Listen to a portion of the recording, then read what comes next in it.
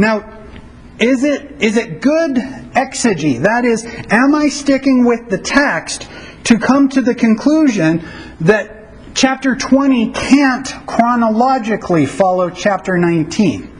Well, chapter 19 ends with all those being deceived by Satan. The chapter ends with everybody being dead.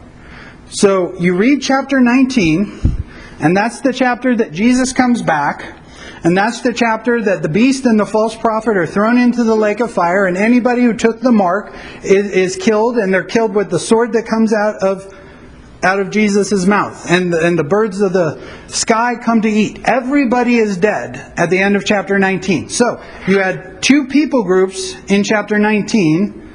Those on earth who followed the beast and took the mark and so forth. And you have Jesus coming back with his saints, his church, and so forth, right? And then everybody's dead. We turn the page and we get into Revelation chapter 20. Revelation chapter 20 starts with Satan being bound and locked in the abyss. Verse 3 of chapter 20 tells us the reason that Satan is locked and bound in the abyss, so that he cannot go out deceiving the nations anymore.